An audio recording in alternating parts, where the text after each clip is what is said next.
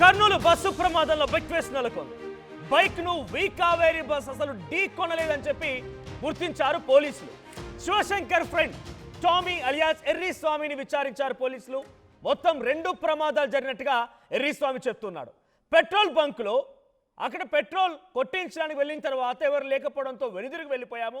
ఆ తర్వాత 3 కిలోమీటర్ల దూరంలో మా అంతటా మేమే ఒక డివైడర్ని ఢీ కొట్టి కింద పడిపోయాం.